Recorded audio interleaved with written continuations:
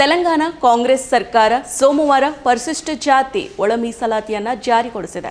ಒಳ ಮೀಸಲಾತಿಯನ್ನು ಜಾರಿಗೊಳಿಸಿದ ದೇಶದ ಮೊದಲ ರಾಜ್ಯ ತೆಲಂಗಾಣ ಆಗಿದೆ. ತೆಲಂಗಾಣ ಎಸ್ಸಿ ಒಳ ಮೀಸಲಾತಿಯನ್ನು ಜಾರಿಗೊಳಿಸಿದ ಮೊದಲ ರಾಜ್ಯ ಅಂತ ಅನಿಸ್ಕೊಂಡಿದೆ ಅಂತ ನೀರಾವರಿ ಸಚಿವ ಎನ್ ಉತ್ತಮ್ ಕುಮಾರ್ ರೆಡ್ಡಿ ಅವರು ತಿಳಿಸಿದ್ದಾರೆ. ತೆಲಂಗಾಣ ಸರ್ಕಾರ ಒಳ ಮೀಸಲಾತಿ ಜಾರಿ ಸಂಬಂಧ ಹೈಕೋರ್ಟ್ ನಿವೃತ್ತ ನ್ಯಾಯಮೂರ್ತಿ ಶಮೀಂ ಅಲ್ತರ್ ಅವರ ನೇತೃತ್ವದಲ್ಲಿ ಆಯೋಗವನ್ನು ರಚನೆ ಮಾಡಿತ್ತು. ತೆಲಂಗಾಣದಲ್ಲಿ ಎಸ್ಸಿ ಪಟ್ಟಿಯಲ್ಲಿ ಒಟ್ಟು 59 ಉಪಜಾತಿಗಳಿದ್ದಾವೆ. ಜನಸಂಖ್ಯೆ ಹಿಂದುಳಿದಿರೋ ಆಧಾರದಲ್ಲಿ 3 ಗುಂಪುಗಳಾಗಿ ವಿಂಗಡಿಸಿ ಮೀಸಲಾತಿ ಹಂಚಿಕೆಯನ್ನು ಮಾಡುವಂತೆ ಸಮಿತಿ ಶಿಫಾರಸನ್ನು ನೀಡಿತ್ತು. ಅದರಂತೆಯೇ ತೆಲಂಗಾಣದಲ್ಲಿ ಎಸ್ಸಿಯಲ್ಲಿ 3 ವಿಭಾಗಗಳಾಗಿ ವಿಂಗಡಿಸಲಾಗಿದೆ.